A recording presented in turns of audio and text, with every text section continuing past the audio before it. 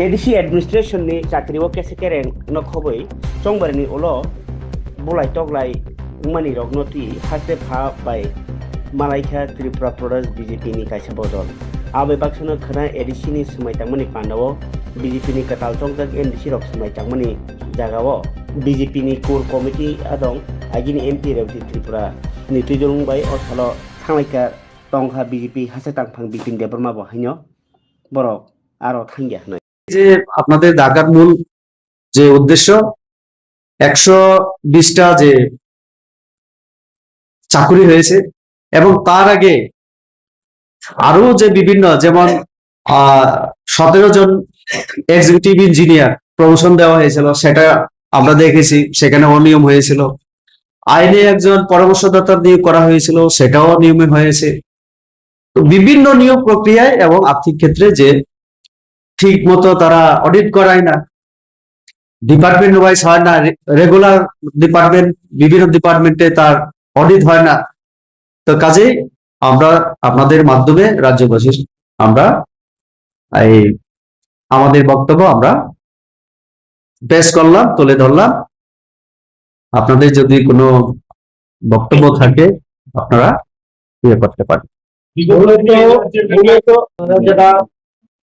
आप लोग पहले से जो बोल रहे थे कि जो गवर्नमेंट चल रहा है एडीसी में वो तरफ देते है, और इसी मुद्दे को लेके आप कल जो शपथ ग्रहण अनुष्ठान है वो आप लोग बॉयकॉट कर रहे थे। ये भी एक मुद्दा है। और देखिए करप्शन, ये जो नौकरी दिया है ये भी इलीगली हुआ। इसमें बहुत कुछ हो सकता है, ये भी करप्शन का एक हिस्सा ही है।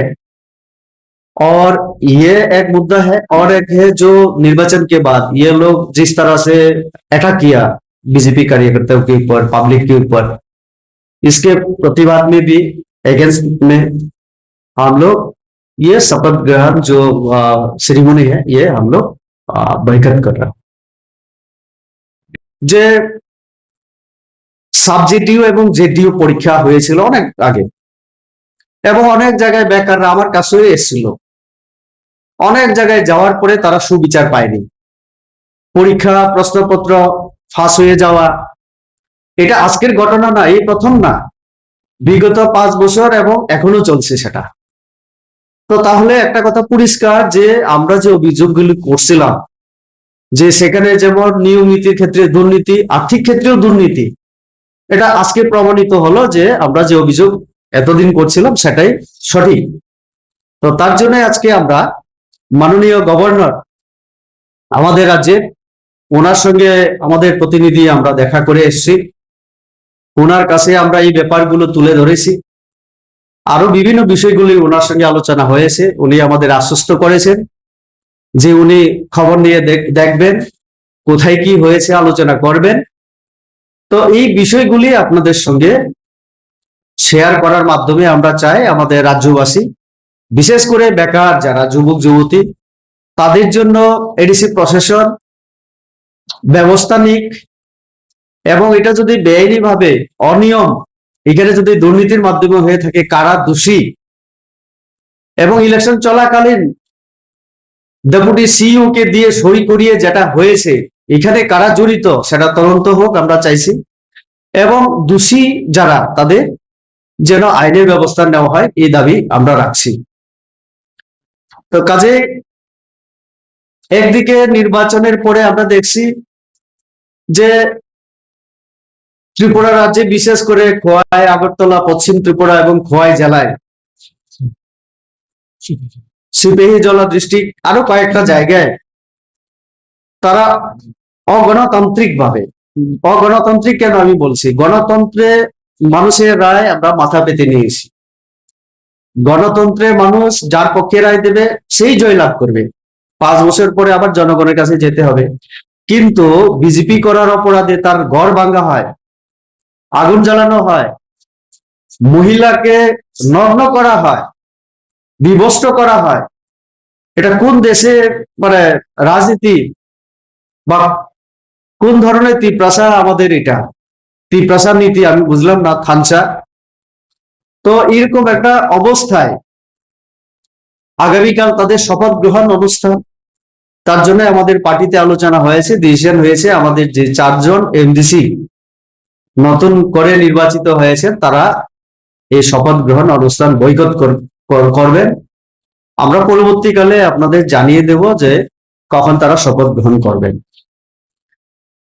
করে ওনার নজরে দিলাম, কারণ আমাদের মাননীয় গভর্নর এডিসির উপরে ওনার একটা অধিকার আছে। উনি চাইলে তার তদন্ত, তার যে কোনো ব্যবস্থা, পদক্ষেপ তিনি গ্রহণ করতে পারেন।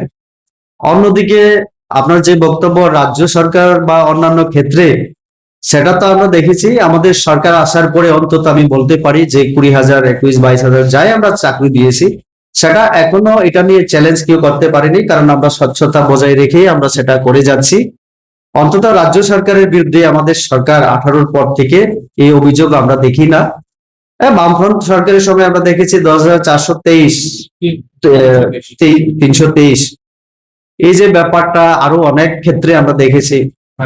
হাইকোর্টে বিভিন্ন জায়গায় কেস হয়েছে, হেরেছে রাজ্য সরকার। তো আমাদের সময় অন্তত নেই, তার জন্য আমরা বলছি যে এডিসিতে যেহেতু আরেকটা সরকার, আরেকটা দলের, তাদের এগুলি বন্ধ করা উচিত। কারণ অনেক শিক্ষিত ছেলে মেয়ে বেকার আছে, সবাইকে চাকরি দেওয়া সম্ভব না।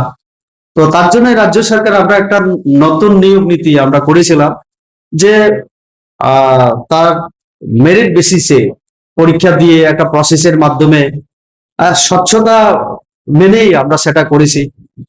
তো এরকম তাদেরও অনুসরণ করা দরকার। যার প্রতিভা আছে, পরীক্ষা দিয়ে ইন্টারভিউ দিয়ে এসে পার, চাকরি হোক আমরা চাইছি, কিন্তু এটা যেন নিয়ম নীতির মাধ্যমে হয়, আইনের মাধ্যমে হয়, বেআইনি ভাবে না হয়, স্বজন পোষণ না হয়, আর বিভিন্ন লেনদেনের মাধ্যমে না হয়।